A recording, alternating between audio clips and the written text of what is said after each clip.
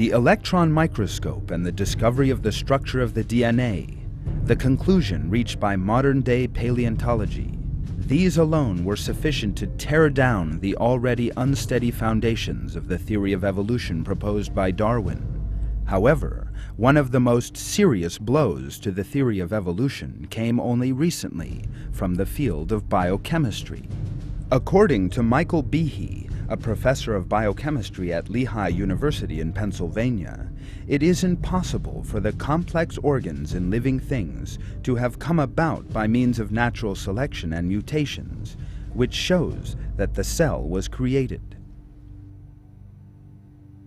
It's really interesting to notice that the more we know about life and the more we know about biology, the more problems and the more design becomes apparent. For the longest time, I believed that Darwinian evolution explains what we saw in biology, not because I saw how it could actually explain it, but because I was told that it did explain it. In schools, I was taught Darwinian biology. And through college and graduate school, I was in an atmosphere which just assumed that Darwinian evolution explained biology. And again, I didn't have any reason to doubt it.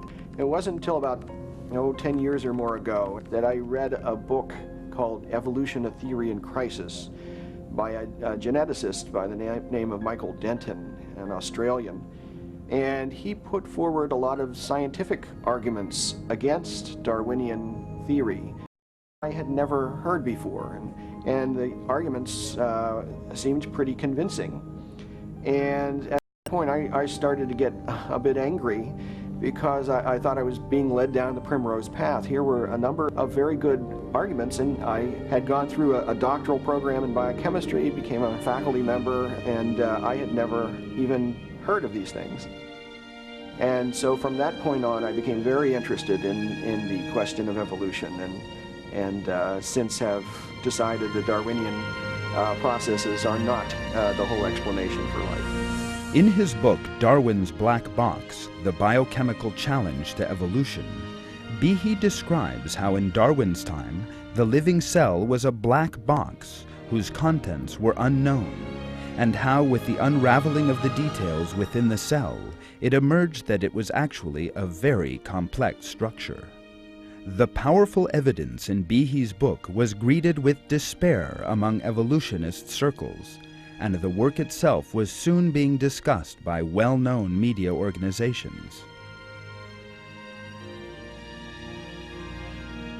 One of the points most concentrated on by Behe is that of irreducible complexity. According to Darwin's assumptions, complex organs in living things, such as the eye, ear, and heart, assumed their present forms by means of minute and gradual changes over billions of years. Scientific research reveals, however, that it is impossible for these organs, and in particular for the molecular machinery inside the cell, to have developed in stages. These are very complex structures consisting of a combination of small components. The system will serve no purpose at all if any of those components fails to fulfill its function. With these compound structures, these organs and systems possess a complexity that cannot be reduced to a simpler form.